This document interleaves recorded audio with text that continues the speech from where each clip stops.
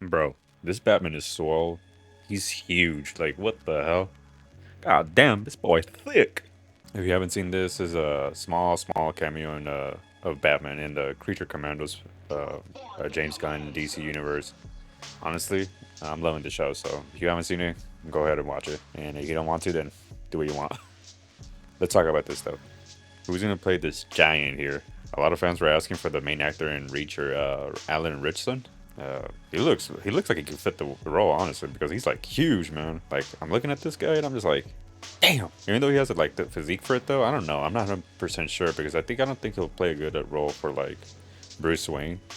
And I think James Gunn is also looking for like a younger cast, like someone the same age as Superman. And I think he's like the actor's around his 30 years range. I don't know.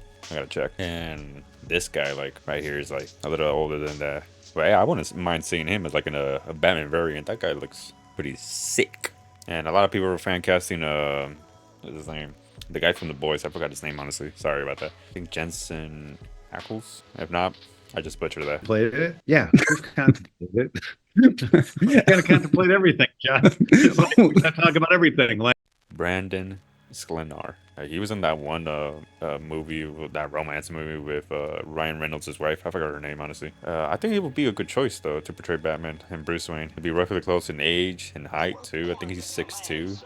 He's like around the same age as Superman and Lex Luthor, the actors. And the dude has like a good physique, not too bad. Like, he's pretty swole. But after seeing that cartoon picture, like, I don't know, man. Like, this guy's huge.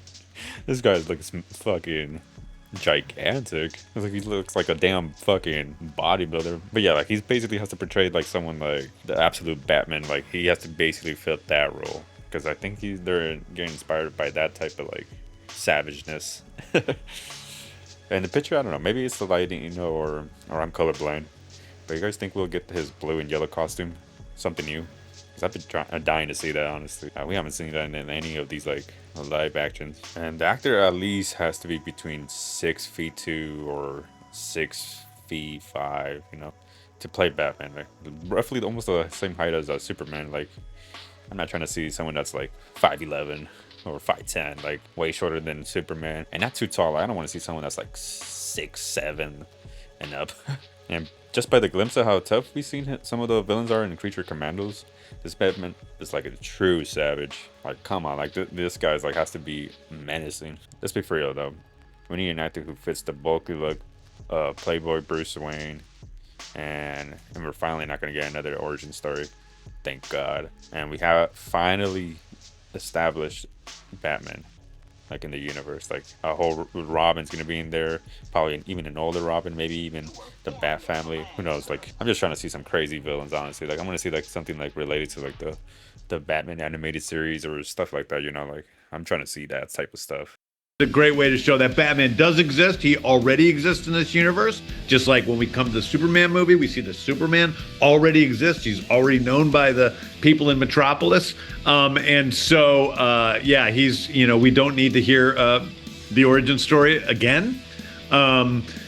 So yeah, that's just a way to introduce that Batman is a part of this universe. He's an important part of this universe, and he has an impact on it, including defeating such pretty dangerous, scary people like Phosphorus, who's pretty tough. Story. I want the freedom to tell Elseworld stories. We want to be able to, tell a story in which, Superman's very different, or tell a Red Sun story or whatever. It's like we want to be able to play with these characters in different ways, and they're different.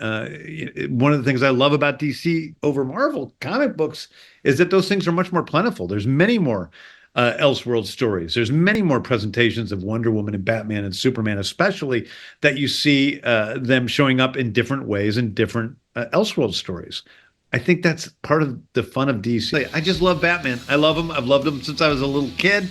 He's one of my favorite characters. I've gone on record in the past when I was at Marvel saying my favorite character is Batman. I love him, and we're gonna do great things with him. He's the most popular superhero in the world, and I can't wait for people to see more of him, along with Superman, and together.